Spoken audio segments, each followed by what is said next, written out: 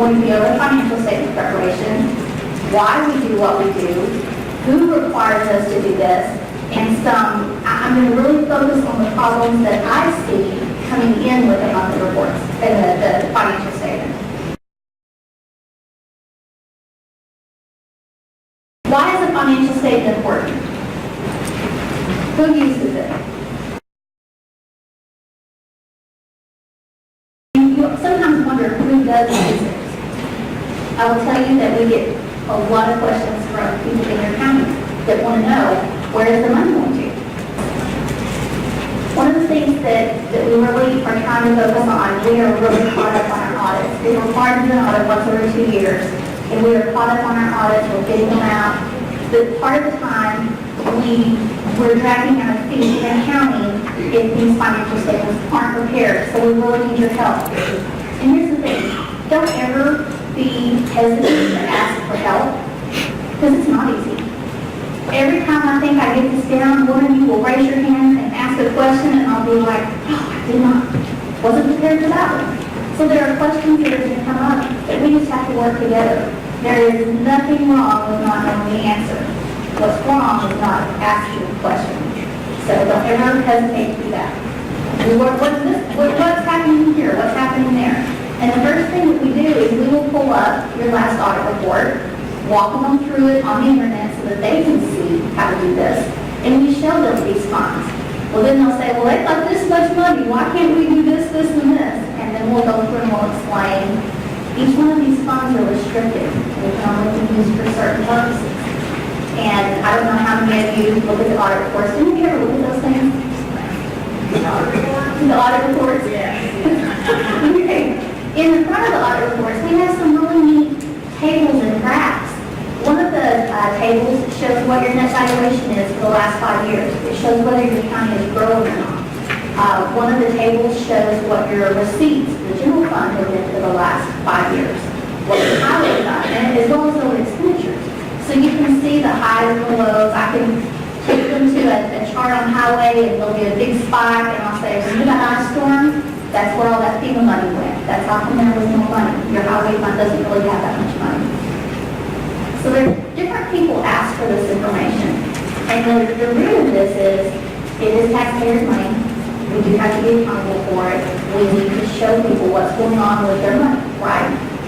There's fear of the unknown. If people don't know, then they come up with crazy ideas. You got to help them know where their money's going. I'm amazed at how little some people know about county government, and we try to constantly educate them because they think that all the property taxes they pay go, why can't their roads be better? That doesn't go to the roads and highway fund. So it is. There are questions out there. Financial reports can give people the information that they need.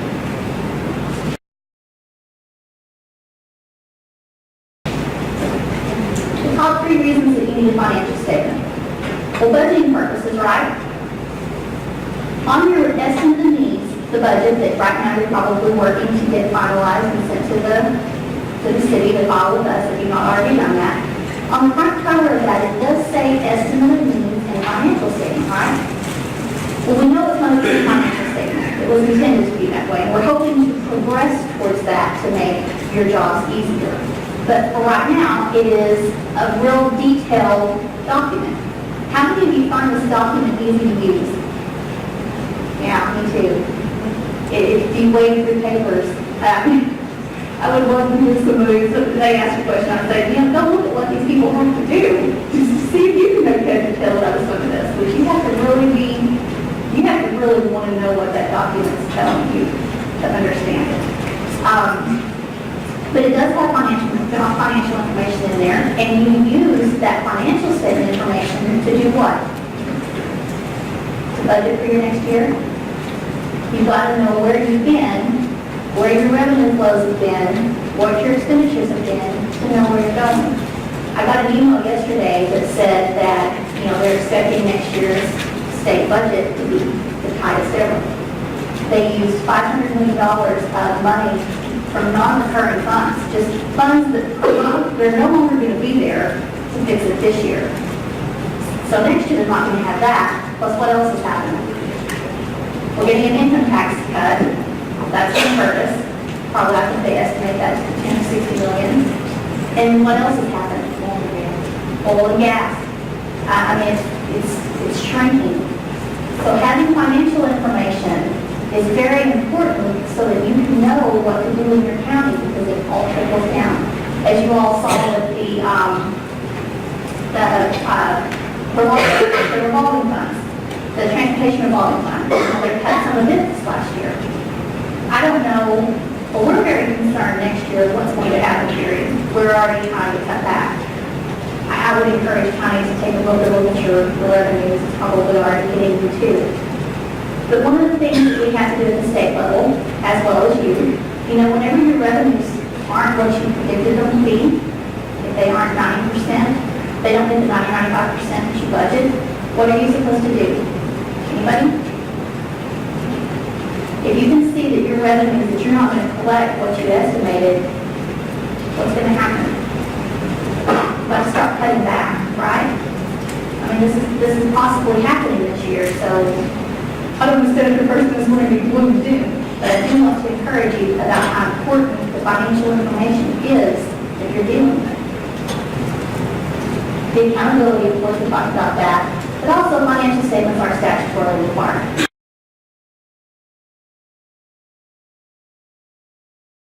Who uses a financial statement? Well, again, that budget document has the financial information. It's not your true financial statement. It's used by the Board of County Commissioners, budget maker. It's definitely used by us because we have to perform the audit, but we're also giving this to the public.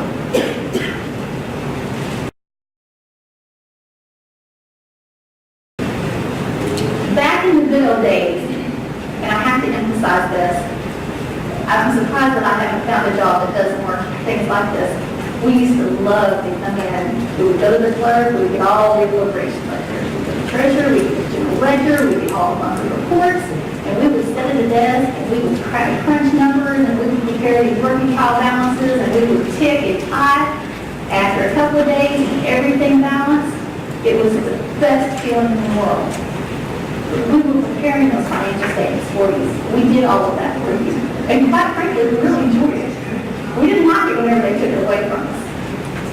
The problem was, if we were preparing the financial statements, and then we were also auditing it, do you think we ever had a problem with our own work? No. Well, that's kind of what happened when we were all the Enron situation, WorldCom, all of those companies.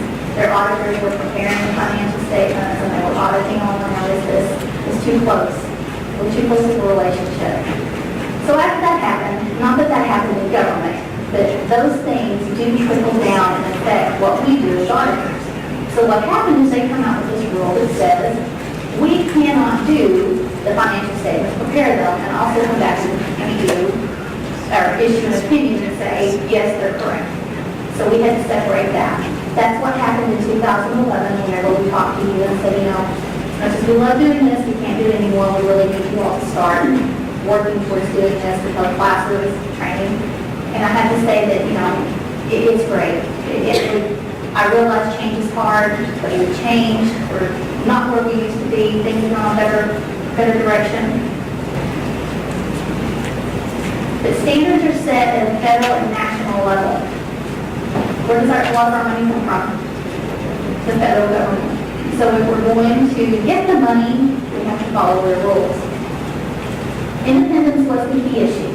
We had to be independent of that financial statement preparation to be able to do the audit. Oklahoma Statute 19171 says that unless the county elects to prepare its financial statement in accordance with GAAP as presented by Governmental Accounting Standards Board, the county shall present their financial statement on a regulatory basis of the county as prescribed.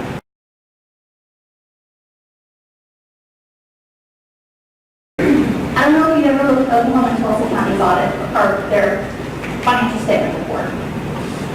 It's about 200 to 250 pages of financial information. They either hire someone to do it, or a lot of times they do a lot of the information themselves. And it's called a comprehensive annual financial report. That's what they're talking about on a GAAP basis financial statement. It's a regulatory basis financial statement. And what that is, it's a compilation of the Treasurer's monthly reports. So it was something that was already being done, it would just be easier to report that. And it would be information that anyone could easily use. Counties do have two choices. That's just, it's a pray to God you don't want to do a capital audit. The two that we have take us 6 months, or take longer than 6 months, maybe 9 months to do those two audits. It's a big undertaking. But they have a choice to do GAAP basis, which is similar to Oklahoma and Tulsa County CAFRs, or a regulatory basis, which is a general ledger summary.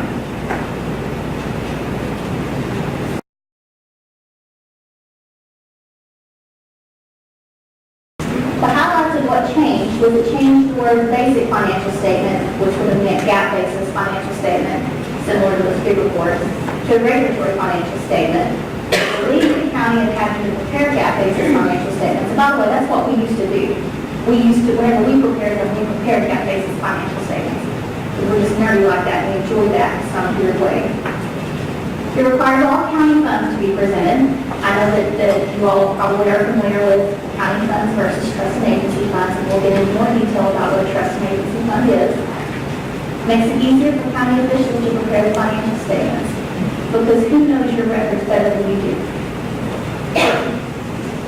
And it saves the county money. This is something that you're already doing. So that was what changed in the statute.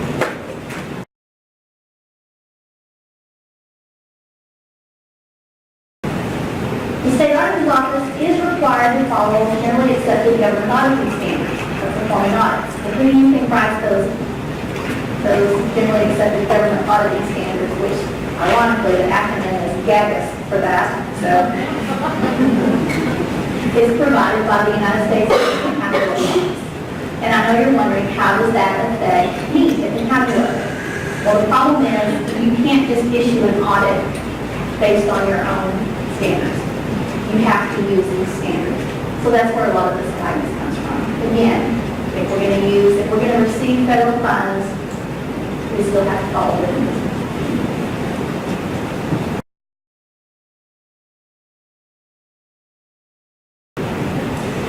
171 says the financial statement audit should be planned and conducted with auditing standards generally accepted in the United States and government auditing standards issued by the Comptroller General of the United States. So again, I'm big on showing you the statute that says we have to do this. I don't want to get up here and ever just say, well, because I said so. This is the real criteria of why we do this.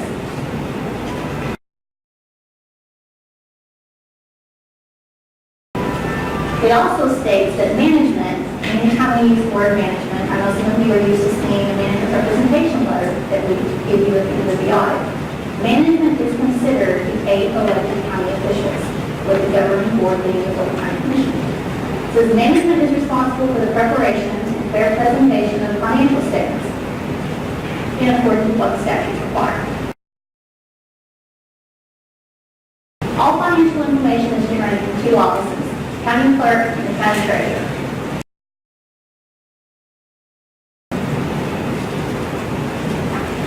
What time period does the financial statement cover? The fiscal year. So everybody knows the fiscal year is from July 1st to June 30th. It's just like your budget. Who's responsible for preparing the financial statement?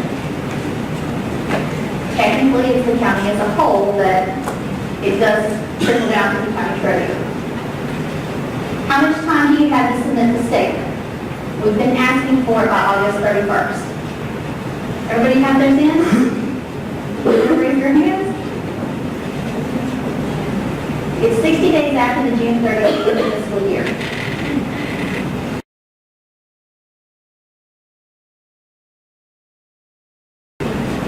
So let's talk about exactly what the county's financial statement is. It's a compilation of the county treasurer's monthly reports.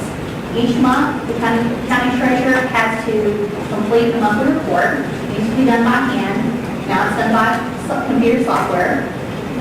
It shows the entire activity for the month, the ending balance, shows pledged collateral that the treasurer has to keep track of. It shows all of the official depository accounts, and all of this information has to reconcile back. It's not just some simple report. It's a big undertaking that the treasurer has to take care of every year. And again, Title 19-171 now allows counties to use this as their financial statement. So technically, each month, whenever you're preparing that monthly report, it's 1/12 of your financial statement, right? Because your financial statement is just all 12 months compiled together. At the end of the year, you're supposed to submit it to OSAI. Now, we did send out notices this year, but we're not going to do that next year. So please make a note. It's just due. So please just send it in whenever you do your June 30th monthly report, or if you want to take additional time up to August 31st. Please send those in to us. We are waiting on them. The only time we'll send out notices is if we don't have them by August 31st.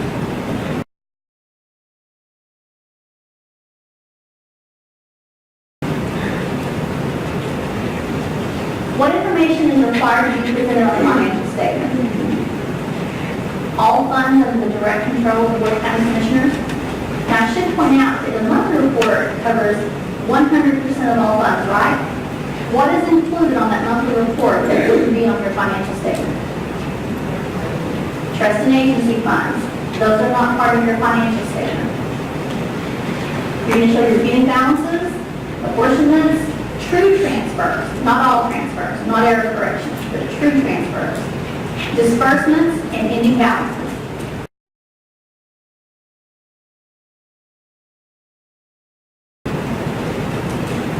Should trust and agency funds be reported? No. And this is a real good definition of trust and agency funds if you've ever wondered how we make that distinction. Trust and agency funds are fiduciary funds held in a trustee or agency capacity for others and therefore cannot be used to support the government's programs. So let's talk about that for a minute. What do you consider trust and agency funds? Schools? Cities? What about district attorney funds? Can you use those to support county government? No, so those are trust and agency funds. What about official depository? Trust and agency, just so you know. Anybody else have a question about one as to whether or not it's trust and agency or county fund?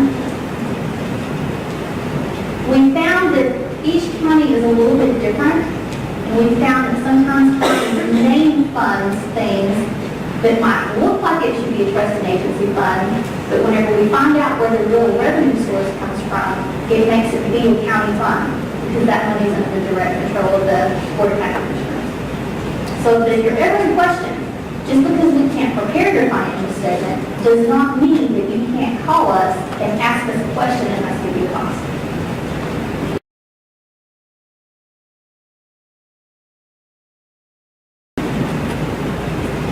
The best thing to do is to assign one employee to prepare their financial statement. Typically, that's going to be in the treasurer's office. In a lot of smaller counties, it's the treasurer herself or himself. And call us for examples or support.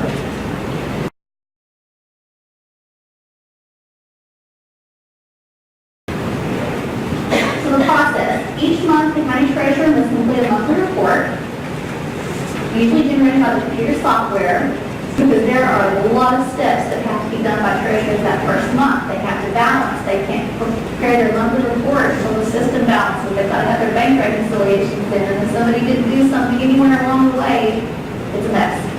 So it's not an easy process. Those ladies and men are definitely working hard in the treasurer's office during that time. Banking information is included in the monthly reports. So it's always very important to make sure that those monthly reports are completed in entirety.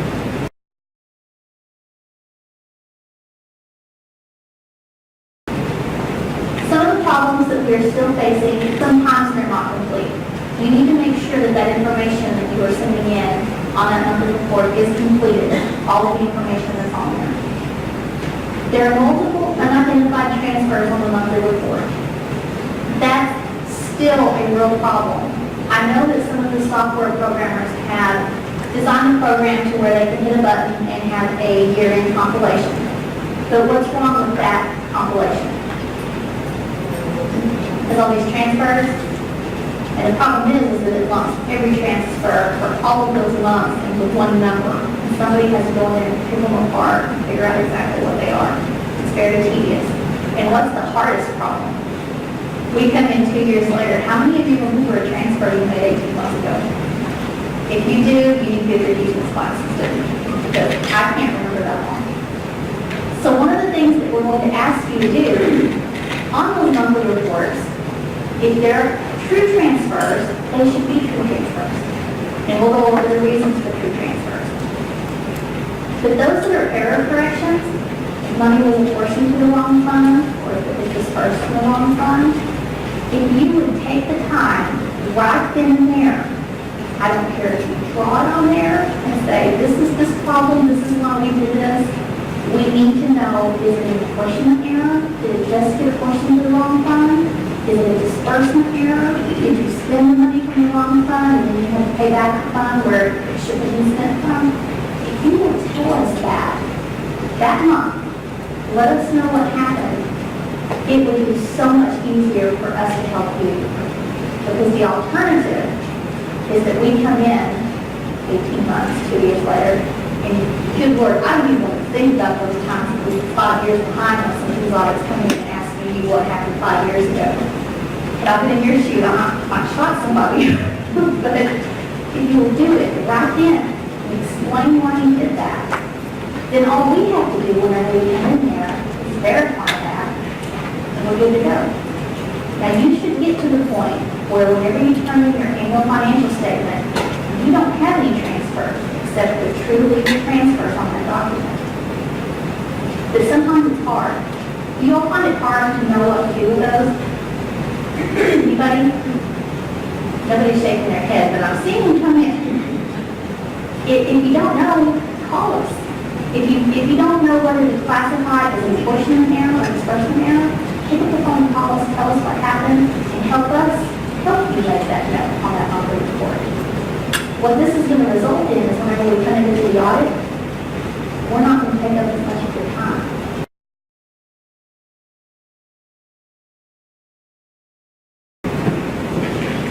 So some of the solutions, prior to submitting a report, review them for accuracy. Make sure that all sections of the monthly report are completed, which usually your software program will do that for you.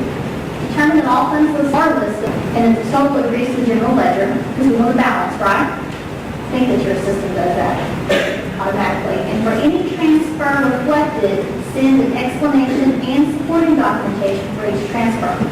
Send us whatever you think you need to send to help explain. There's not too much. You can never send us too much information. But if you just handwrite it on there, that's perfectly fine too. Whatever you need to do. Back in the old days before computers, whenever you had these daily reports, we could see a transfer on the monthly report, pay and read monthly reports, and we could go flip through the business days on this daily report, and a lot of times the employees would write down what happened. Sheriff deposited this money in the health fund, make transfer. We have that there. But we don't have those anymore, right? So now we need somewhere to put that information. Do whatever easiest for you to get us the information. If you send it to us and we don't understand, we'll call you and ask.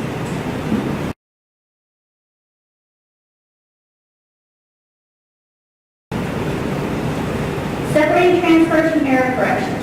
The annual financial statement. On monthly reports, I understand that you need to show some of those transfers back and forth for the error corrections. But on the final annual report, your annual financial statement, this is everything you've done all year long. Only transfers, true transfers, should be reported in those transfer columns. Not just this one the system spits out that shows everything all lumped together, because somebody's going to have to go through there and do that. You've got to separate those out. Error corrections should be corrected and netted from the appropriate funds while leaving the paper trail for the auditors. Just leave us some breadcrumbs. We just need to know enough information. Because, if you have some officials, what happens whenever a new official comes in? What happens when a new sheriff comes in? When a new sheriff comes in and they have a new secretary, how many different sources of revenue does the sheriff have? A lot. sometimes, I mean, they're human. They're human. I mean, it's hard to understand. An outsider that just comes into county government, God help them. Whenever I came into this job, I was certain that I needed this classes in college. There was nothing that prepared me for Oklahoma County government. It's own county. But if they come in, there's going to be errors made. So if that happens, make sure you leave the notes.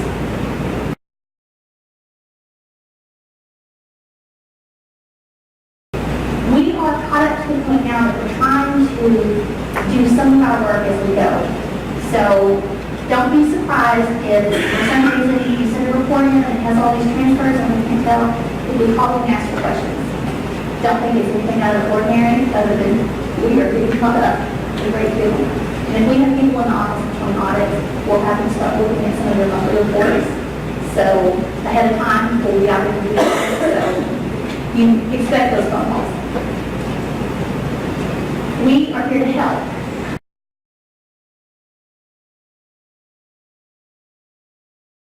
By sending us complete, accurate information, we will be able to perform our audits more efficiently and disturb you less. And that's our goal. Now, we might be able to talk to you, but we're here to talk to you about your kids, your grandkids, your dogs, things like that, rather than sit and harass you about, why can't you tell me what you did 18 months ago?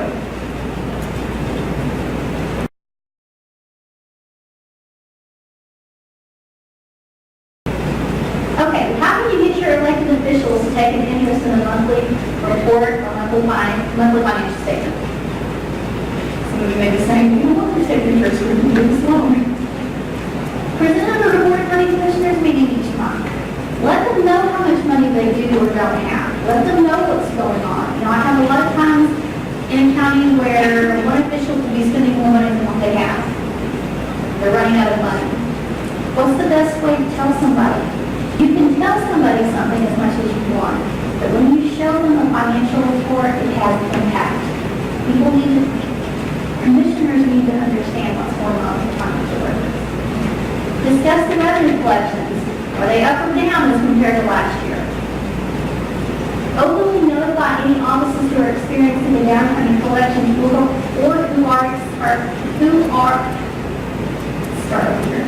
Openly notify any offices who are experiencing a downturn in collections or who are spending excessively. Somebody's going through their money all of a sudden by the July 1st because they thought there's a budget. They don't make it till June 30th. Their budget. Don't wait for a problem to arise to start notifying members of the financial condition of the county. You have it within your power to make this information public. Force them to acknowledge it rather than ignore it.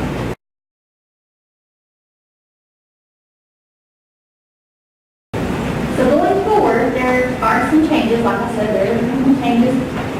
OSU is working on a uniform chart of accounts. How many of you are familiar with this? I promise me this is nothing new. Everybody know about this? Well, I have a funny story. I told Aisha this morning.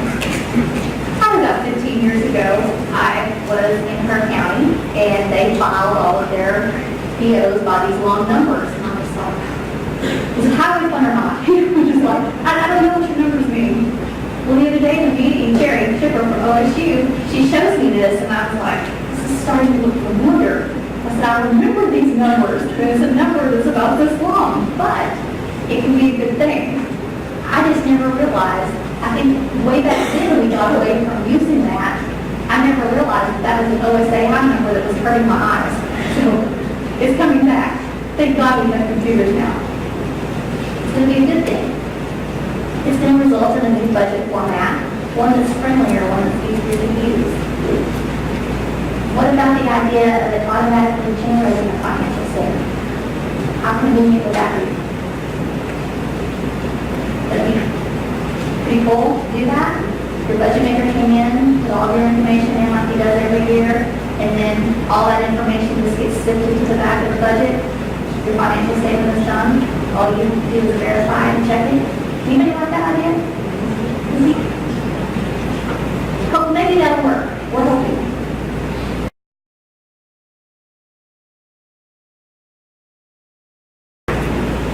It could result in a more detailed financial statement that can provide you with information about how much does it cost to run the sheriff's office in jail.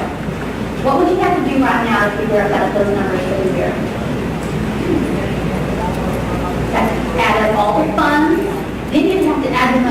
buy personal services for every one of those funds, buy M&O for every one of those funds. They come up with some true numbers.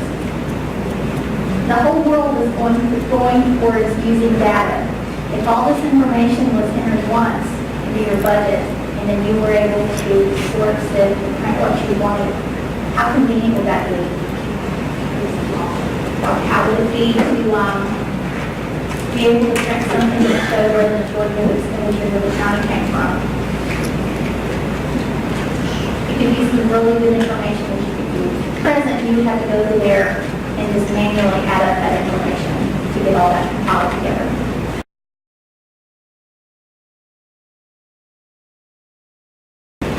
Okay, let's put this in little problems.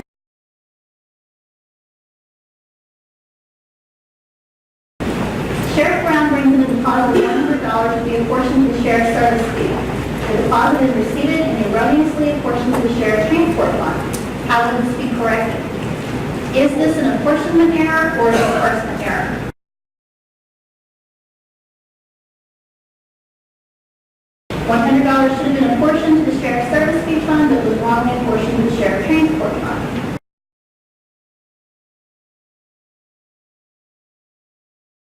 So this is how it looks on your monthly report, right? Whenever you know you apportioned it to the wrong fund, you just swap it. You transfer it out of one fund and put it into the next. And that's great, right? But at the end of the year, what does that look like on your financial statement? It looks like you took restricted funds from one fund and moved them to another fund. Those aren't really true transfers, right? They're error corrections. So you'll notice that apportionments were $2,000 in sheriff's service fee, and they really should have been $2,100, right? Apportionments were $500 in sheriff's transport, and they really should have been $400. You guys follow me with that? Because it was apportioned to the wrong fund. That is what your financial statement at the end of the year should look like.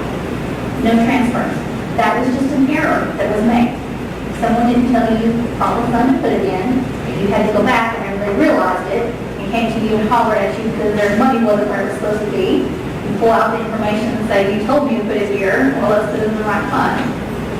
But the end result should be, we want sheriff's service fee to have those apportionments in what really should have been in that fund. We don't want to show the transfer.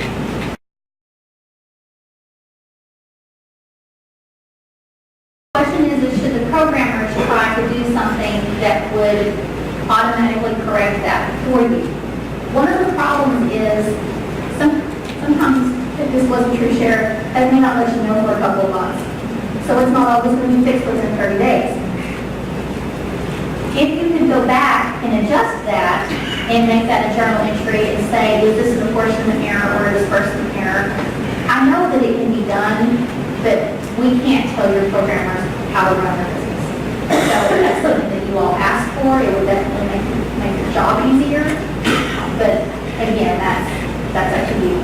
The best thing I know to do right now, since I'm not the programmer, is to leave you really good notes so that I understand what happened and I can, whenever you tell me that there's nothing wrong, I don't violate any auditing standards that I have to follow by saying, this is an apportionment error and we've noted this. Do you agree? And a lot of times some of you are used to us having to sign off on adjustments where we made adjustments and we've explained on how we're doing things because you guys take responsibility so we don't get in trouble. All of those things are just so we don't get in trouble. So we follow the rules and it's on the Kelpro system. When you enter in a journal entry, it asks you right then to input whether or not it is a correction or it is a true transfer, of error correction or whatever. And when you enter that in, however you enter it at that time, that day, is how it's going to feed it over to your financial statement. So if you say it is a true transfer at that time, then when you do your financial statement at the end of the year, it's only going to show the ones that you entered, that you inputted yourself as the transfer. The general ledger at the end of the day will show that transfer. It'll show on your daily report and it'll show on your general ledger report that day. But when it carries over to your financial report, the financial report is set to where it only finds the ones that you entered as a true transfer.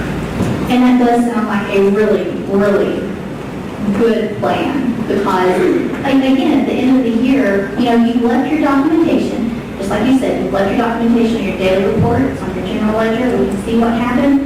But at the end of the year, all we want is just the financial information, the financial statement. So,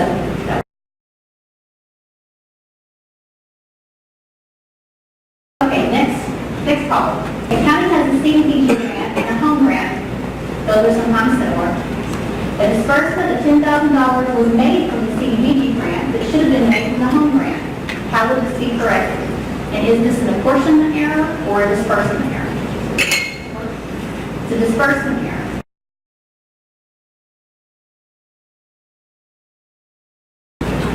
$10,000 should have been dispersed from the home grant, but it was dispersed from CDBG instead. And it really gets messy with federal grants, right? Most things you just want to make sure you get right from the beginning. So here we have the home grant, the CDBG grant, and it should have been dispersed from the home grant, but we paid for it from CDBG, so we had to put $10,000 back into the home grant because that money was there. This is how it's going to show up on the monthly report. We've got to get the money back where it belongs. Disbursements for the home grant only showed $20,000 there, but we know disbursements should have been $30,000. So you just want to make sure you net that on that side if it's a disbursement error. So if it's an apportionment error, you're going to adjust it to the apportionment column. If it's a disbursement error, you're going to adjust it to the disbursement column. On the treasurer's monthly report, error corrections can be reflected in the transfer column. It's okay to leave it there, and we can always go to the daily report. I don't think we see any notes on the daily report. I'm big on putting notes on the monthly report. I don't care if you write all over it. I don't care if you highlight it, color code it, whatever you want to do. Just let me know what you did.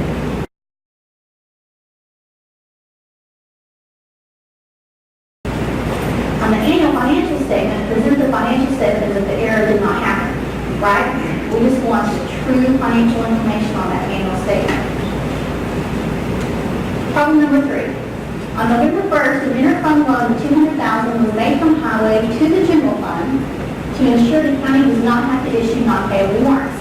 We don't want to pay interest to, we don't have to, right? So this is the monthly report for the initial loan. And you can see here, I have a little bigger than what I can read before. On the highway, we're going to transfer $200,000 out of highway, and we're going to put it in the general fund. I'm sorry, out of highway and put it in the general fund. That's going to get us until we start collecting our ad valorem taxes in November, hopefully December.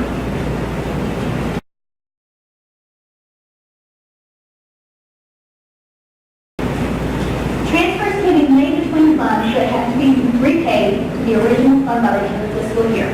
You all are familiar with that, right? Has to be paid back by June 30th. Therefore, it would show the same on both the monthly report and the annual financial statement.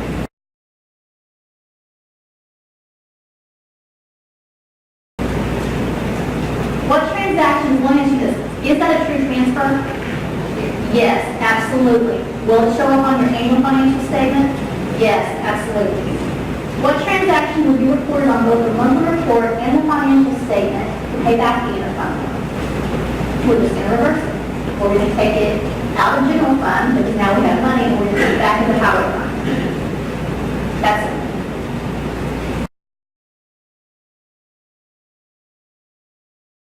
A good rule to follow, all transfers should have statutory authority, right? Error corrections are just things that happen that we have to fix. Human error. But true transfers on your annual financial statement, those should have statutory authority. Excess resale is one. Excess collections in the sinking fund. And those are residual amounts that you collect. You've already paid judgments or GO bonds or whatever you owe. That's money left over that the statute said after so many years you can transfer to general fund. Interfund loans must be paid back by June 30th. So there's always a statute to allow you to move money from a restricted fund. So if you get to the end of your financial statement, at the end of the year, you have transfers, you probably should know what statute gave you the authority to transfer those funds.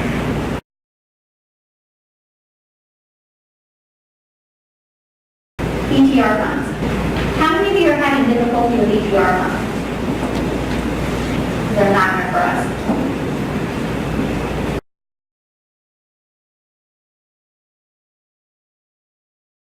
When you receive ETR funds, the treasurer should deposit the funds into an ETR fund.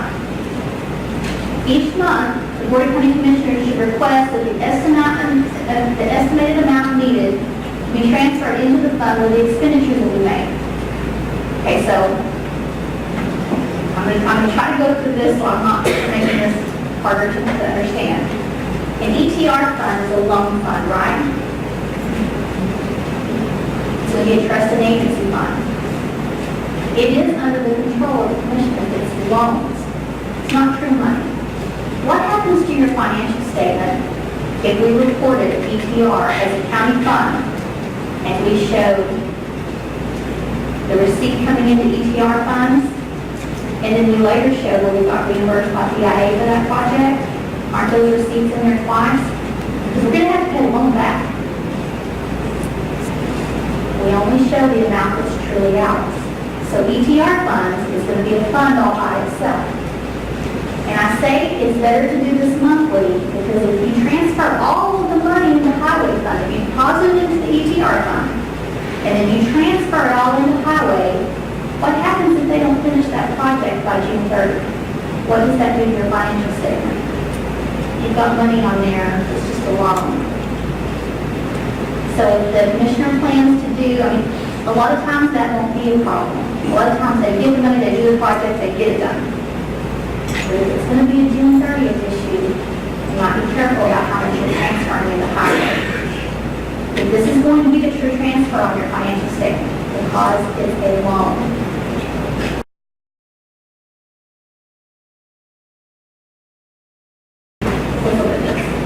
Make the operating expenditures from the fund where you're going to be doing the project.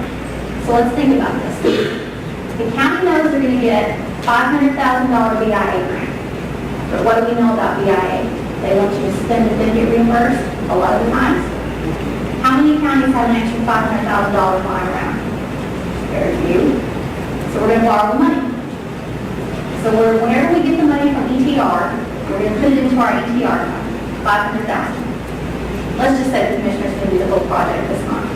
We're going to transfer it into highway. He's going to pay for those expenditures. They're going to be on POs. Business is normal. Then this BIA grant comes in. Where are we going to deposit it?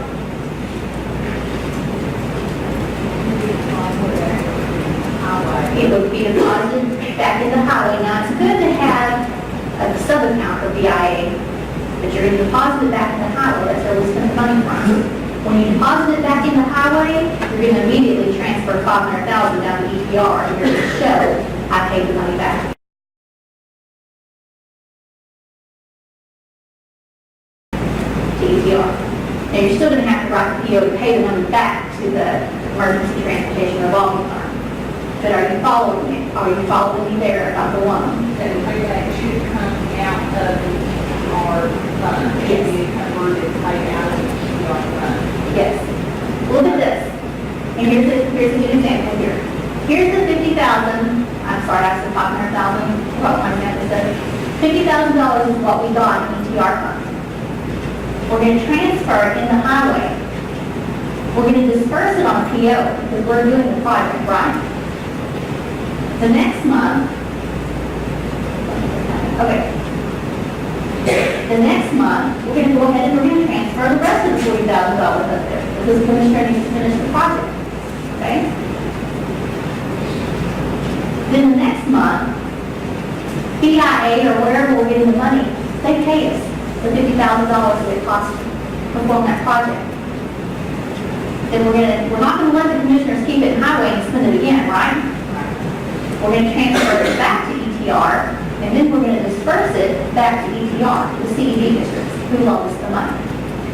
Now, I'll give you this slideshow so that you can follow this and see it. I know that seems a little difficult to understand.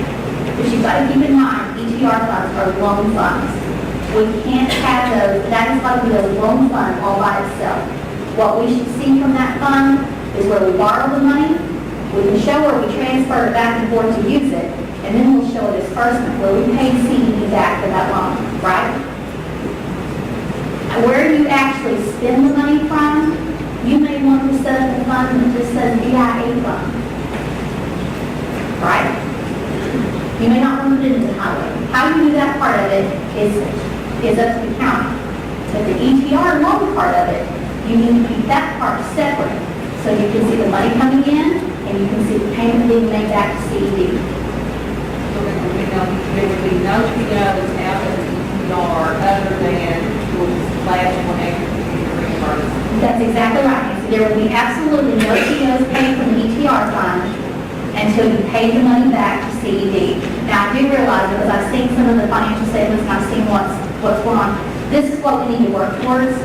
That's why it's so important to leave us notes of what you've done, because we'd like to be able to see where the money came in. We've seen where all the money was deposited into highway and all the money was paid from highway.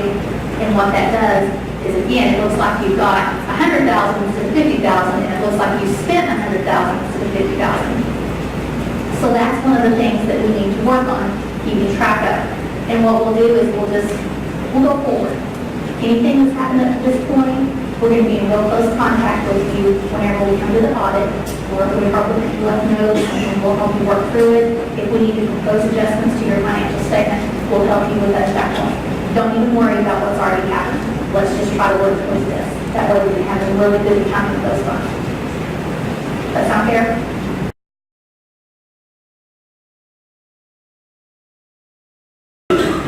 Okay, what is the county's fiscal year? July 1st to June 30th.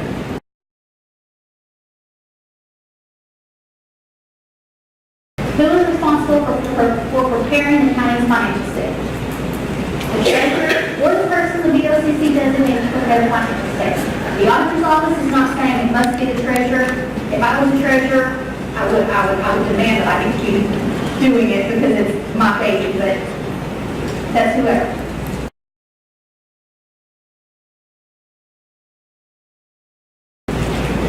When is the financial statement required to be submitted to the auditor's office? August 31st. And again, we sent out notices this year, but we're not going to do it next year. We're only going to send it out if we haven't received it, because, I mean, you guys don't think it's just going to do notices every time.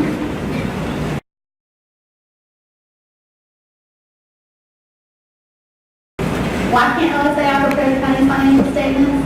Because government auditing standards prohibit it. We can really give you technical advice, walk you through things that you know.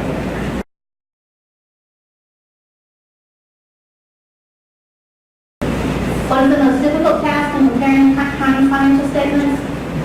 Identifying true transfers from error corrections. That's the hard part, but we're here to help you with that too.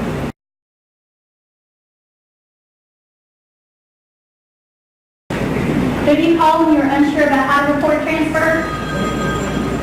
The state auditor's office.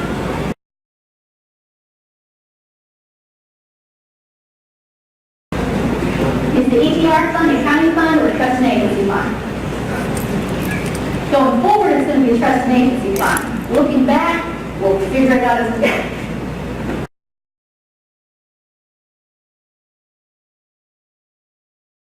Are transfers in and transfers out of the ETR fund true transfers, and should they be reflected on both the monthly report and the annual financial statement? Yes.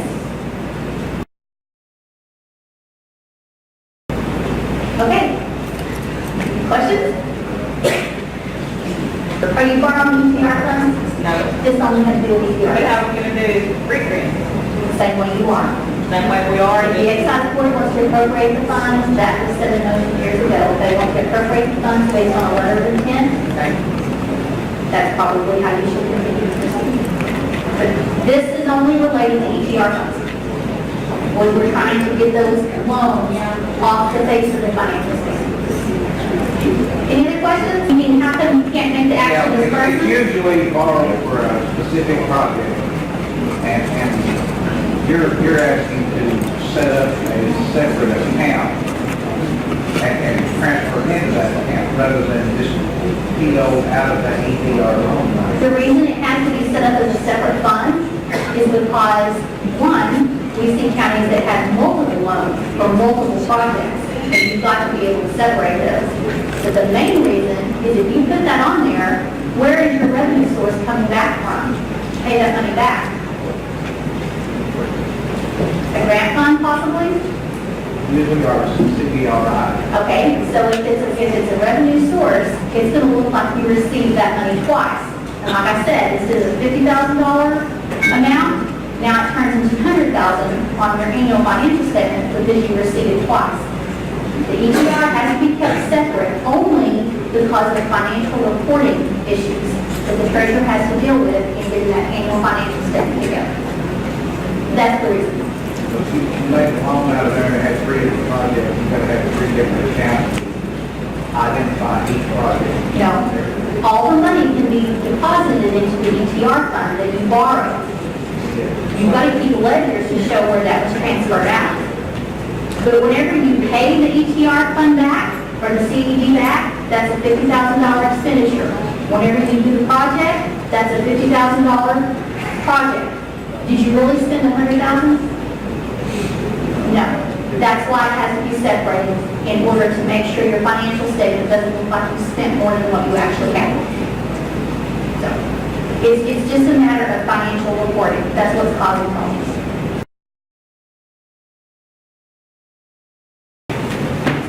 The second part of the training will be on CEPA, not just on the schedule of federal expenditures, but also on FEMA.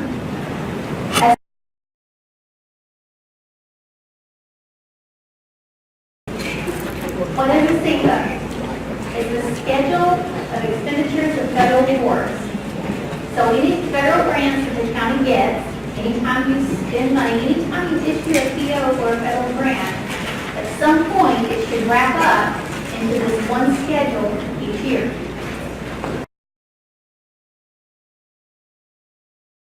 Who or what requires the county to prepare and submit a schedule of expenditure of federal awards?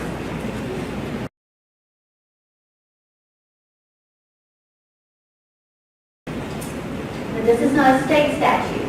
This is the Code of Federal Regulations. If you were to go out on the internet and type in CFR 200.510B, some website will bring up this federal statute. It says the auditee, who is the county, or the auditor, you're the auditee.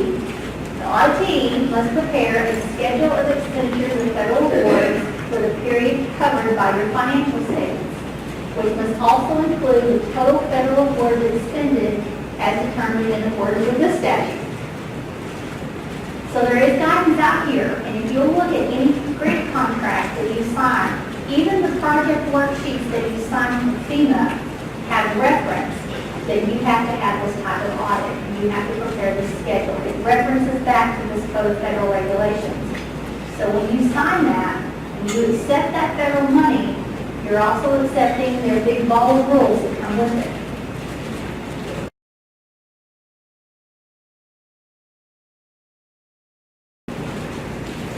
Recipients, that's you, if you're receiving the money, they must keep track of all funds received and expended, ensure internal controls are in place for county staff, maintain compliance with provisions of contracts and grants, and most importantly, prepare financial statements and CEPA. The federal government wants to know that this money is being audited. Part of that is the financial statement, part of that is the CEPA.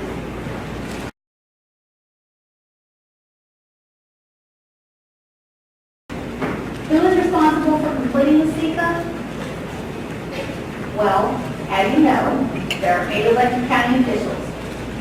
But no one can really, we can't go in and say, you must do this. So the county needs to work together because those funds are important to you. Somebody needs to take responsibility to do this, and we don't care. The auditor's office has no preference. We just want it to be, we just want our CEPA. We want our CEPA because it's part of our audit that we have to audit. So the best practice is to have one person in charge of it.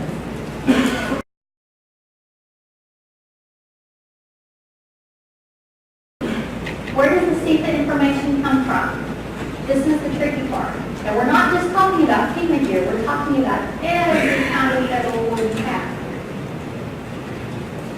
It should generally start with the Board of County Commissioners accepting a grant on behalf of the county, right? All of that should be done in an open meeting because they are contracted. FEMA documents come from the Board of County Commissioners, but again, who is at the heart of all the financial information in the county? The county clerk and the county treasurer. The without those two people, those two individuals, there's no getting money and there's no spending money. So, if you're not a county clerk or county treasurer in this room, take care of your county clerk and county treasurer, their assets. So the county treasurer is going to receive the grant funds, and the county clerk is going to issue the POs for the expenditures, track of expenditures. But there are also other officers involved, right? Sometimes sheriffs can apply for grants that sometimes they forget to tell you about. So that could be an issue. So there needs to be communication within the county that, hey, federal grants, those are contracts, must be approved by the Board of County Commissioner. At that point, we're going to start keeping track of it.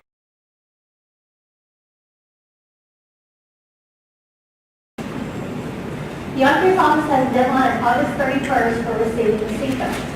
We've got to know how much you spend federal funds. Federal government wants those audits done in a timely manner.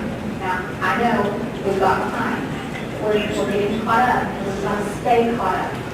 Some of the things that have happened just recently in the last 6 months is we can't get county to give us a CFO. Well, just like I mentioned that we can't prepare your financial statement, we also can't go out here and prepare your CFO because it is a type of financial statement that we have to issue an opinion on. We have to audit it. So we can't go out here and just do it for you like we used to do. You've got to help us. And these federal funds, the problem with that is it just comes from everyone, and not everyone wants to play nice with each other. So sometimes there are officials who may not always work well together to get this information brought in.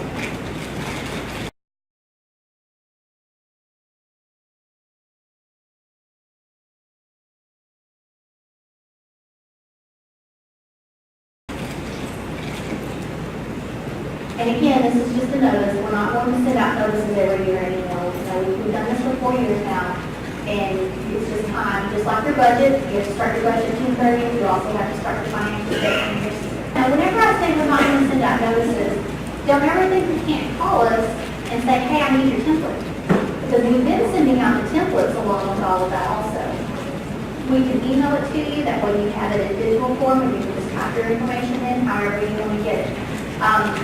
Even if you all had a way for us to send an email reminder every year, we don't mind doing that. We can send an email reminder with all the documents attached, and we can send it to every single one of you. If we got it to one person who had that email list, we'd be happy to do something like that. That way, everybody did receive it. Whatever we can do to work with you on that matter, we will. We just didn't feel the need to send this for the expense of paper mail.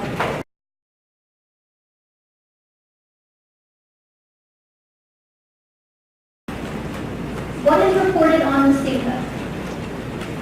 Well, the first place to start is to utilize the templates that we've given you. Now, do we care if you want to make your own Excel spreadsheet? Not at all. We'd be happy to give you ours. We just want the basic information. However you want to get that to us, we're good with it. We need you to list all federal awards awarded to the county. Anything that you received money or expended money on, or even if you just had a balance of federal funds. Record all receipts, record all expenditures, record the balance of federal awards.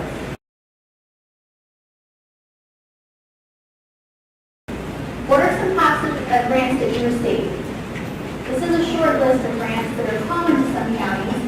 FEMA always is we hope we don't have disasters, but it happens. CDBG grants, those are your community development block grants. Payments in lieu of taxes. While you would think that's a federal award, federal government has deemed that it is an award. And we love to audit that one, because you know what we have to test? Did you apportion it the way you needed to? Yeah, everything's good here. It's our favorite grant to test. We have flood control, also another easy grant. Receive it, apportion it, you're done. We have sheriffs who get law enforcement block grants, LLEBG grants. They may come directly from the Federal Department of Justice. Sometimes they come through the District Attorney's Council. With violence against women grants, same thing with those sources. And then we also have BIA grants. Now, sometime back in history, they were making BIA grants cooperative agreements where they may not have been a federal grant, but that has changed in the last 5 or 6 years. They've really packed that up. So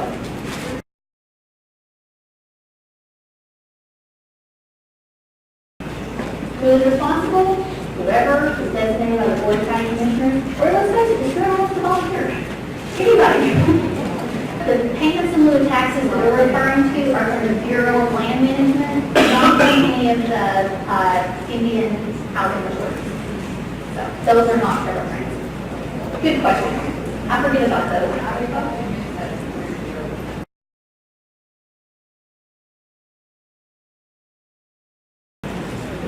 Okay, this is the important elements on the CEPA. The federal agency that is awarding the federal funds. Why do we need to know that? Because this CEPA is put in our audit report. And are many of you familiar with what's called a data collection form? It's this form that we have to email you, and you have to fill out a few little things, and then we have to turn it in to the Census Bureau. That happens, whether you realize it or not. That does happen with somebody in your county.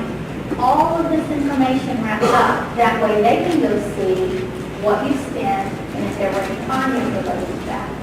So I'm not convinced anybody really reads those things because I've never had any feedback on them. But that information is out there and it does get turned into the federal government. We need to know the CFDA number. Does anybody know what CFDA stands for? Catalog of Federal Domestic Assistance. It has every single grant ever listed. And these little numbers right here to the side, the 97.036, that's the CFDA number for FEMA. 14.228 is the CFDA number for CDBG grants. Every grant has that assigned. So that number is very important because with that number comes all of the requirements that you're supposed to follow, and also it has all of the auditing procedures that we have to follow. So that number is very important. If you were to type in www.cfda.gov, there's a little search bar, and you can type in the number 97.036, and this is in your handout, also. You can type that in, and it will bring up everything about public disaster grants. It will tell you how much has been awarded nationwide for the last 3 years. There's some really good statistical information in there, because if you'll notice for the last 3 years, FEMA money is declining, big time. Whether that's because we have fewer disasters, or whether that's because they're awarding less money, I don't know. But you'll see some different information on there. We also need another important, the biggest, one of the most important things, is the amount of federal expenditures. Only include the federal part. What do we know about FEMA money? There's a 25% match. 12.5% comes from the state, 12.5% comes from the county. State and local money does not go on your schedule of federal awards or federal expenditures. This is only federal money, and we'll go through that some more also.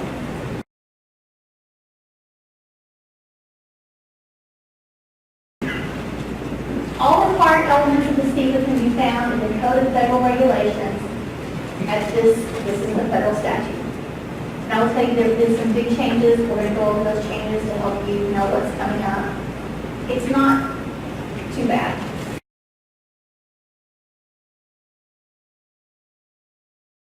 6 tips for tracking federal grants. You'll remember this from 4 years ago too.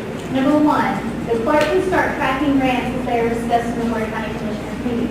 The first person that we're going to go to whenever we're auditing these federal grants, we're going to go to the clerk, because the clerk's the official record keeper. And we're going to want to know everything that you have on this CDBG grant. We need to see it. So as the Board of County Commissioners starts discussing whether or not they're going to apply for this grant, if they apply for it, not put a copy of the application in the folder, but if they sign a contract, definitely make a copy of that and keep that for us. Anything like that that goes to the board, please start a folder and keep track of that for us. Well, for yourself too. The clerk can start a file for each grant and sign copies of grant applications, expenditures, records, etc. The clerk and treasurer can monitor financial tracking of grant funds through ledgers. If you know something's coming in, you need to know how to set up a fund or what fund you're going to put it in. Clerk's going to need to know how to do that on her side, right? So that you're making expenditures in the same fund account. The treasurer can code federal receipts as the funds are deposited. Now, I know that some of the programmers have listed something for federal grants.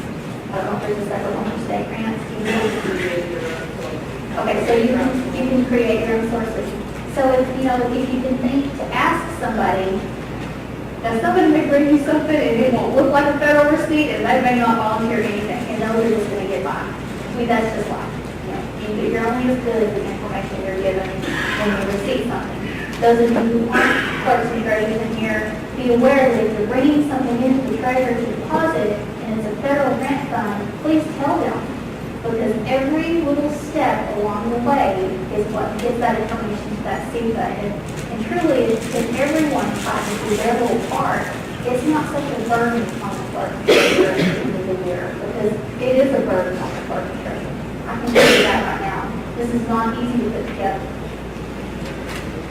Information can be forwarded to the person designated by the Board of County Commissioner to be responsible for compiling the CFA.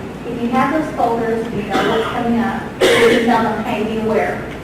How many of you have somebody other than the clerk and treasurer responsible for preparing that? I know Etoka County does. Anybody else? What county are you from? Marshall County. Okay. How does that work out well? Do you get the communication that you need? Yeah, I mean, is it, so we still have training to go. This really is an area that really needs a lot of work, and whatever the auditor's office can do to help, we're here because helping you at the beginning saves us a ton of time whenever we do the audit. So I don't care how small it is. Give us one more call and ask us whatever we can help with. Remember, it's an ongoing process and requires help from all offices and departments. You know, a lot of you have an emergency management department, and they apply for grants through OEM. Some of those grants are federal, some of them are state. It just depends. But those people have got to be notified, told something about state. Get it together. If this is a federal award, you can be making sure I know, and all of this needs to go to the Board of County Commissioners. Everyone needs to know they have to pull their part, pull their weight on getting all this information on the receipt. You don't always have to have a completely separate fund for a grant fund. Grant funds have to be kept separate.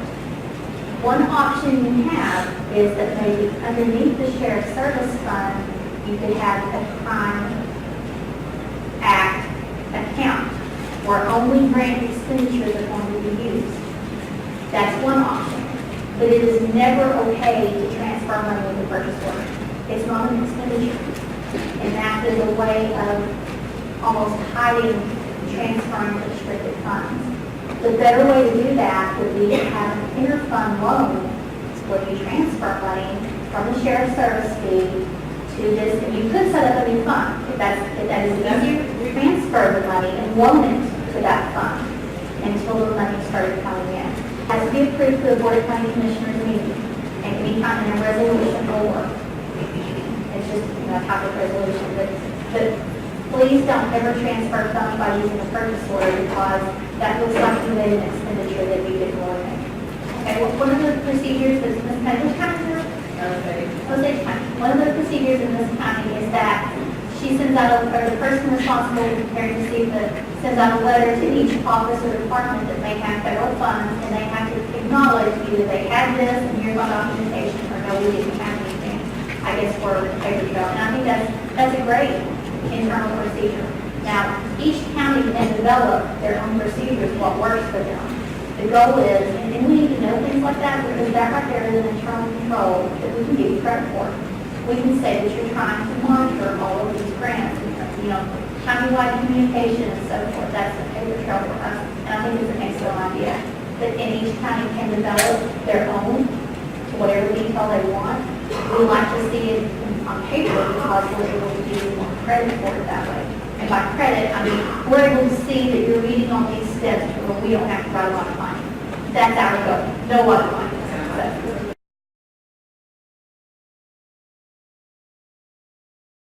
Okay, O&B Circular A133. At some of these meetings, I've printed it out and given it to you. I think it's like 36 pages long.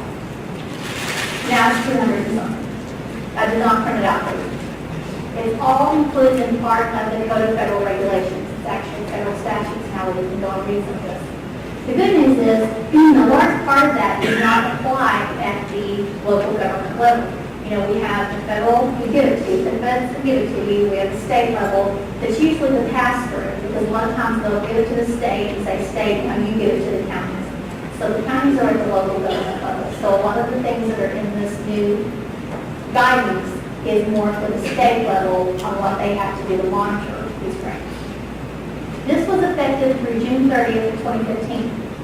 Well, now we're in September of 2015.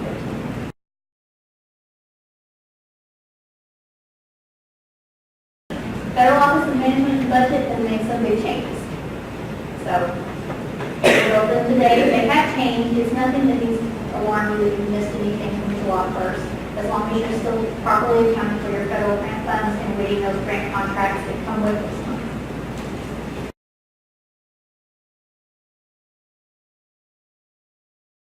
The Federal Office of Management and Budget has issued, and for those of you that think of it's those nice warm fuzzy foods that we bring out in the fall, you know, toasty warm, can't wait to get home with them on. This is more of the that gives you the heartburn. So, there's a big difference here.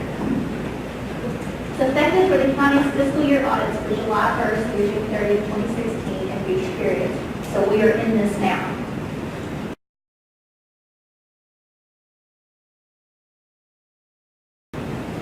What has changed?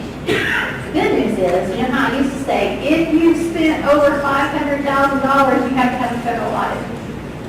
Now it's $750,000. Previously, this amount was the $500,000.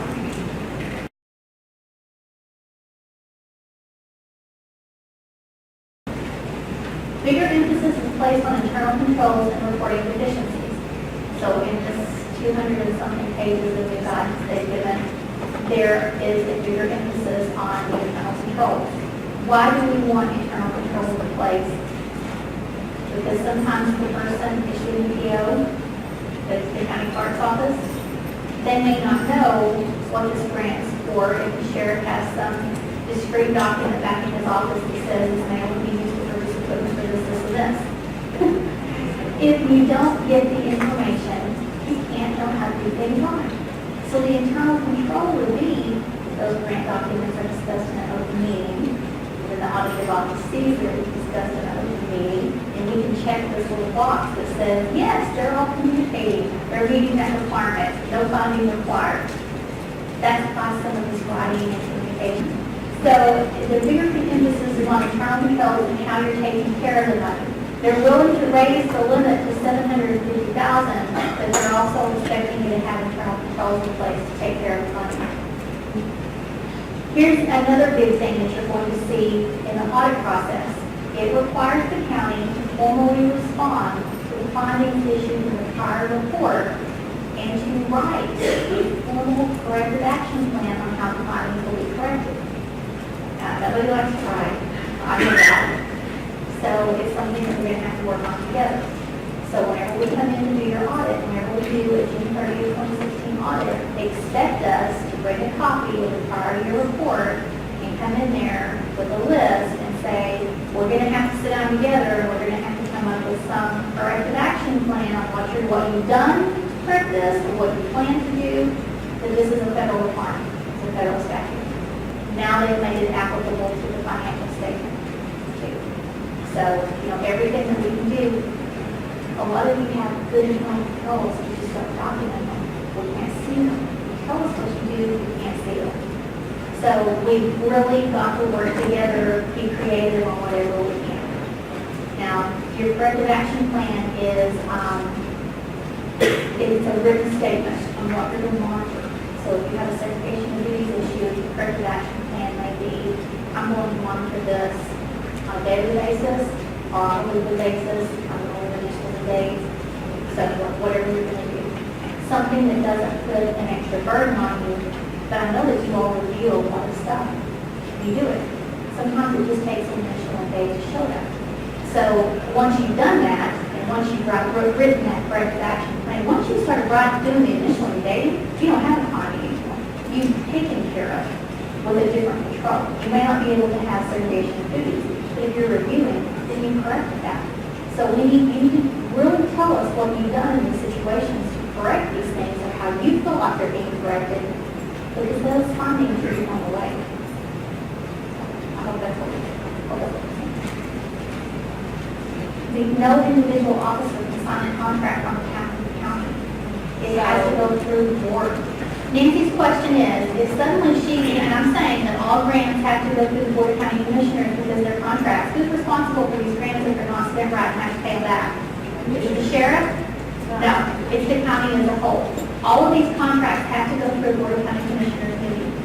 So Nancy's question was, if the sheriff brings in a check and wants to deposit, or if it's an electronic deposit, should she not receive it? The answer is no. You receive every bit of money that comes to you. At that point, the best course of action is to try to get the train back on the track. Start discussing it in a meeting, start getting your paperwork together, and just go forward. We don't ever want to lose money. My advice would be, you can always ask anything if you ask nicely. Yeah. And so if you were to say, you know what, I've got to be concerned on my side with the financial reporting of this, can you show me some source documentation? And then you communicate that with the county clerk, let her know, because she has to know if a new fund comes in or if a new fund's created. It's one of those situations, yes, you're the treasurer, and yes, you have to receive this, but it's a much bigger picture. Treasurer's got to work with the county clerk, the information's got to be the same fund, where they spend it correctly, you got to know from the sheriff, what are the restrictions on this money? The Board of County Commissioners approved this. If none of this happened, we've got to all be on the same page as quickly as possible. So you're just going to have to make the best of the situation and try to get everyone working together.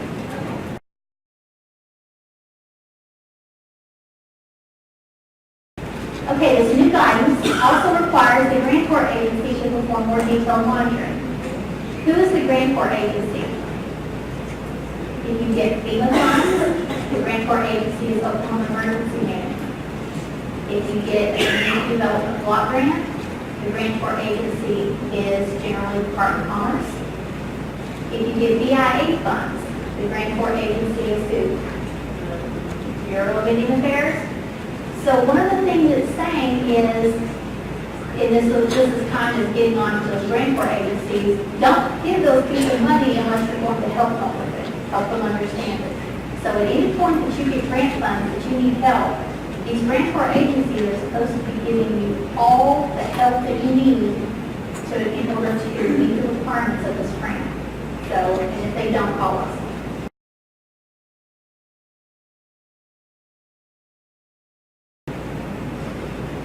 The compliance requirements related to many grant programs has changed. How many of you are familiar with the words activities allowed, allowable cost, cash management, Davis-Bacon?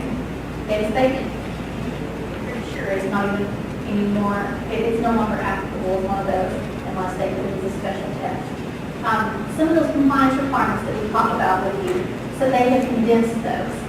They said they condensed them, but then they had this one little category over here to catch all, and they condensed those and then put them all over here.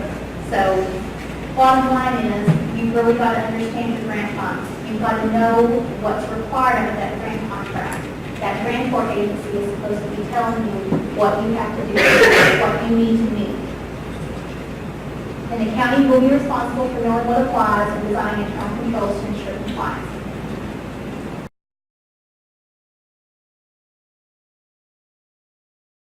Where can you find the guidance? There is a Code of Federal Regulations. There's also a compliance supplement issued every year.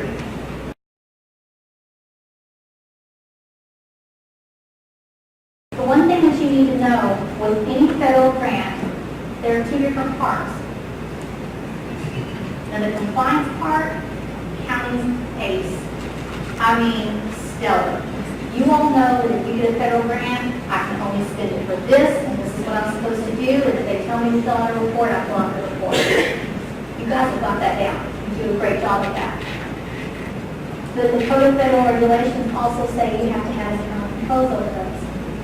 So by internal controls related directly to federal grants, what do I mean?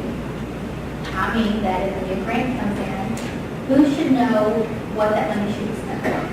His answer is right, it's everyone. Who's going to issue the purchase order? Purchasing agent? County clerk? So it is even more important for that clerk to know, or that purchasing agent, whoever's giving out the PO, it's important that they know what that grant can be used for, right? So what's an internal control that you can put in place? How about if whenever you apply for the grant, or whenever you were awarded the grant, it was discussed in a Board of County Commissioners meeting, purchasing agent was present, and you discussed what the requirements of the grant were. Is that an internal control? Yes.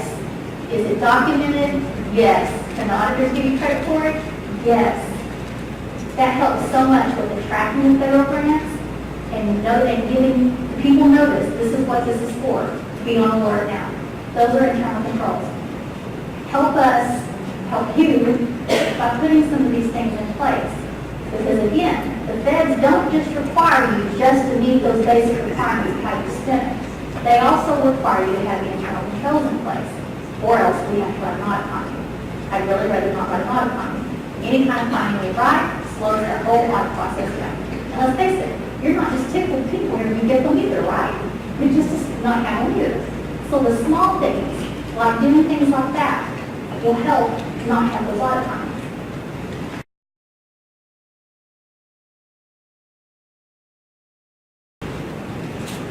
The UGG states that non-federal entities, that's counties, must establish and maintain effective internal control over the federal board that provides reasonable assurance that the county is managing the federal board in compliance with federal statutes, regulations, and terms and conditions of the federal board.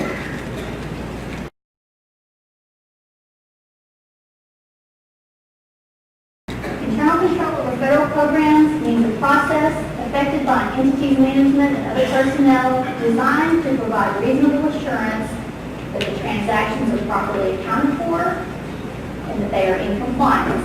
Whenever we say that to ensure that they're properly accounted for, isn't that the internal control part of this?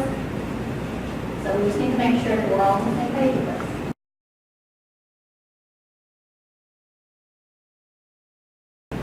Specific requirements are almost always outlined in the grant agreement. I know they're long, I know they're boring, but hey, we have to read them. So if you're going to apply for it, know what the requirements are. At any point, if there's something you don't understand, call us. If there's a part of the grant agreement you don't understand and you want to make sure you're meeting it, call us and let us walk you through it. I will tell you that it's best to call the manager that's in your district, because they're the ones that's going to be over your audit. They're going to be the ones who see those audit findings. That way, if something is written up in error, they can say, wait a second, I talked to that person. This is what I told them. That's good. You know, it's good to have that communication with the audit manager of the district. Compliance requirements are applicable to all grants. For every grant, there are these compliance requirements that you have to meet. You try to know which ones are applicable for your grant.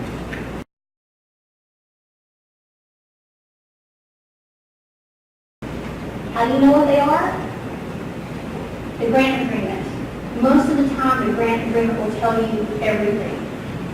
There's that website again, www.cfda.gov. That will give you a little bit of information.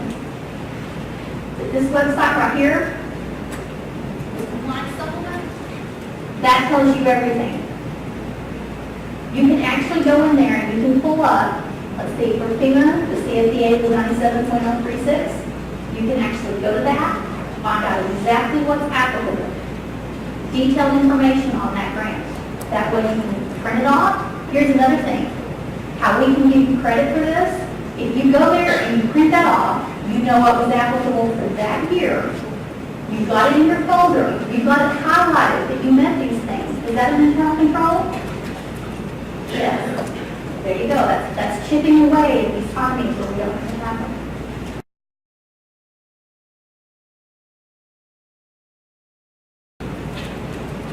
Now that we've become familiar with the SEPA, that's the whole big schedule of expenditures of federal boards, we're going to talk about FEMA.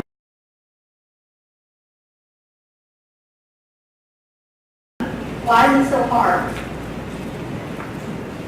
Why is FEMA so hard? Spending money before you know you're going to get it. And you know, I don't know about you, but I really wouldn't want to have to fill all that paperwork there and say, sorry, no, you're not getting it. But that's part of it. Because who holds the power? The federal government. So it's up to them. So if we want the money, we still have to play by their rules. But FEMA's difficult because It's in 3 different commissioners' districts.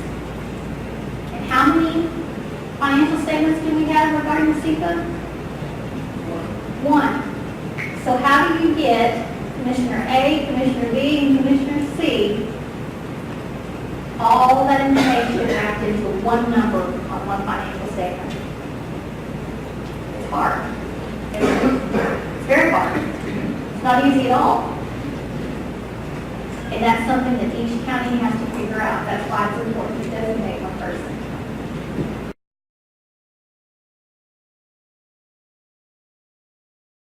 With FEMA, there are 3 different legs to every project. You've got your material, you've got your labor, you've got your equipment, and you've got to track each one of those items separately. You've got to track them by FEMA rules. For the equipment, you've got to make sure you're using the latest scheduled equipment rate. Whatever they say you can charge. You've got to make sure those codes are proper.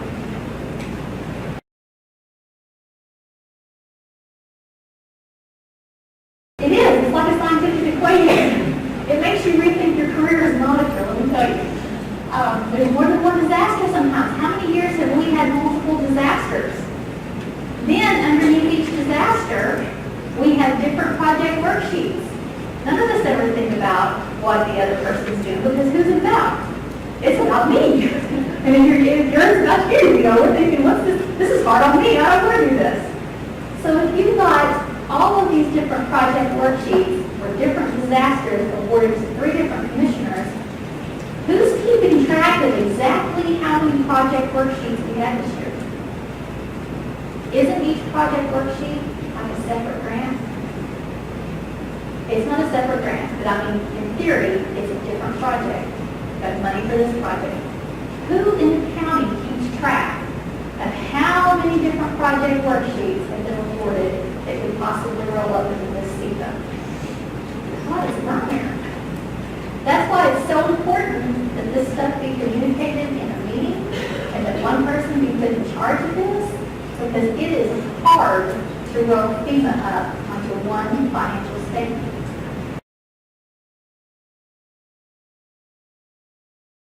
You've got to maintain ledgers for each disaster declared. This can be done by each official. On June 30th, review your ledgers and compile all expenditures for that fiscal year. If we can get each barn trained to keep track of their list of project worksheets and track their expenditures by project worksheet and have their CEPA number, then it's not so hard to add up 3 numbers and put it on one financial statement, right? But who does that fall on at the barn? Does that person at the barn know all of this information?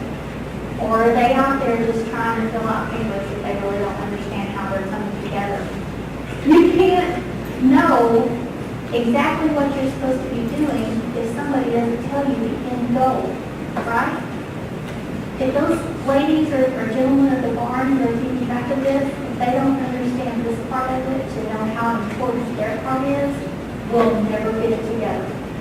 And we have got to get that information out to the people who start doing paperwork so that we can get these financial statements done correctly.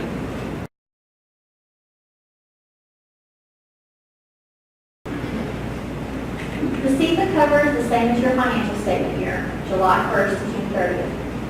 FEMA projects cover several months. What happens if we're in the middle of a FEMA project at June 30th? Just one project worksheet. You've got to know how much you spent through June 30th. You've got to know where you started in July 1st. And that's the tricky part. A lot of these FEMA projects are for road projects. When do we do road projects? In the dead of summer. We can't just start at June 30th because it's a financial statement date. I can hear commissioners laughing at me. But we've got to be able to train these people to stop the numbers at that point on their ledgers, draw a line, do something, designate, just stop at June 30th. This is where I stop adding for that year, right? Project worksheets from all highway districts must be compiled and put on one schedule. Again, it's very difficult.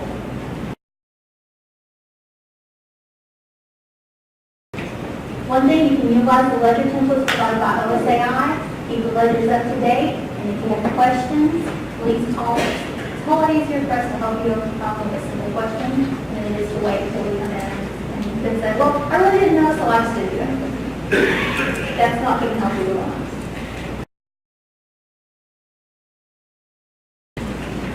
Okay, let's get started. These are just some simple little exercises just to make sure you know the fundamentals of reporting. Project worksheet 1 is a small project. Total project amount is $12,000. The federal share is $9,000. The project was completed during fiscal year ending 2016. What amount should be reported on the SEPA? $9,000. That's correct. Okay, write that number down because we're going to add this to two other numbers. Project worksheet number 2. You spend the total PW amount in 2 different years. What amount should be reported on the SEPA for fiscal year 2016? $20,000. That's the federal share, and that's how much was spent in 2016. Project worksheet number 3. You can pretend these all came from 3 different districts. We have a project amount of $1 million. People were still in generous that day. The federal share was $750,000. The project was completed during the fiscal year ending 2016. What amount should be reported on the SEPA? $750,000, because we don't include anything but federal funds. Okay, so now we have this to register. Somebody in the county decided to keep track of every single PW that was coming in. God bless them. We have PW 1, 2, and 3. We have how much was spent during 2016. $779,000. Are we finished? Almost. That's just a small part. That's just one line on the SEPA that we're trying to get to from all of that FEMA paperwork. We still have Department of Commerce money, Department of Interior money, and then we have our public assistance grant. This is a perfectly completed SEPA because I completed it. Just joking. We have the grantor agency, we have the grant name, we have that CFDA number that's so important. We have the pass-through disaster number. That column, we can help you with that. That's not our primary concern. The most important thing is we know how much we spent in federal funds for the year. In total, we spent $1.1 million, right? But the FEMA funds were $779,000. Well, let me ask you this. We just went through something very short and sweet and clean that was 3 project worksheets. How many project worksheets does the county get? Way more than that. This is the simple version. But even from the simple version, you can see everything it takes to roll those numbers up into one financial statement. This is why it takes everyone to get this completed.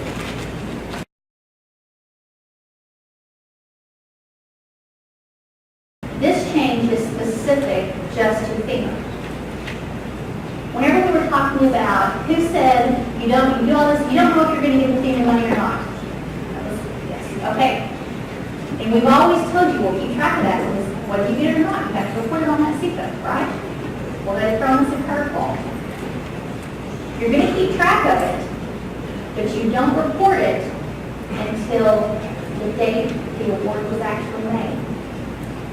So the date, this is only for FEMA, the date that you get awarded that project worksheet, any expenditures up to that date goes there. So let's just use this as an example. In May and June, we had flooding of this year. May and June, we had flooding. Those project worksheets weren't awarded by June 30th. Some of them have been awarded now. So if you had expenditures in May and June and you kept track of those and that's part of the project worksheet, what year do you put that on the SEPA? 2016, 2016. This is a change. All this means, and I'm trying to make this as easy as possible to remember, the clock doesn't start ticking until you have that federal award in your hand. That's when you start reporting it on your SEPA. So but here's the other thing. Why they do this, I don't know. Also, a footnote should be included that states how much the total expenditures were incurred in 2014. So you still have to keep track of how much you spent through May and June of 2015, and we'll just report it as a separate amount on the clock. The total is going to be on the SEPA. but you have to let us know how much of that was the prior year. Don't ask me, I didn't make the rules. Again, for the record, I'm not happy with them.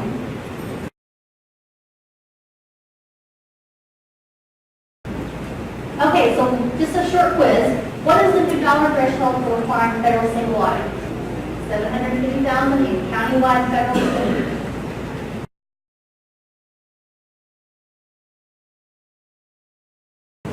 When does this new guidance take effect? July 1st, 2015. It is now in effect.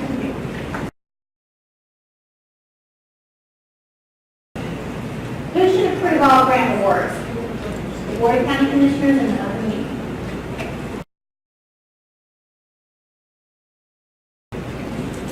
Where does the county find the grant requirements? The grant agreement. OMB compliance supplement.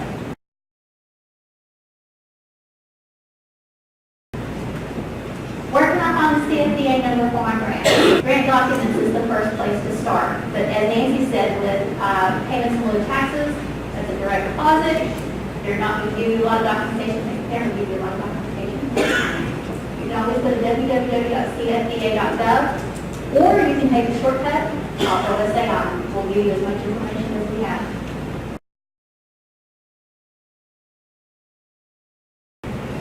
If I expended funds in May 2015, but FEMA did not award my project worksheet in 2016, which year should I report the expenditures on the county statement? 2016. The expenditures should be reported on the county's 2016 CFA with a note reflecting how much was spent in 2015. And this is the email address that you should email if you want a copy of this presentation.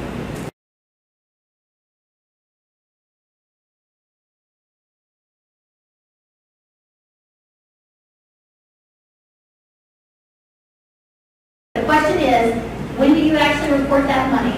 When you report the expenditures, when you receive the money or when you sign a contract? As soon as you sign that contract, that project worksheet, as soon as you sign that and they approve the project worksheet, that's the day the clock starts ticking. Now, it may be possible the document they give you may have yesterday's date on it. At that point, use yesterday's date, whatever date is on that award. Okay, any other questions? Yes, ma'am. There are a lot of questions on how to divide up the payments in lieu of taxes. We are working on some official guidance. I'm going to tell you there is not a lot of strong guidance on that. It's almost going to be one of those things where the county's going to have to get some procedures in place, and this is how we're going to handle it. The board's going to have to approve it. Be happy to share that with you. There are a lot of questions on that, and there are a lot of counties doing that differently, but the law allows some leeway there for a county to tailor that for their needs. And we can't tell you how to do that. We can only give you, this is what the law says, how you all are going to have to make this. Well, that's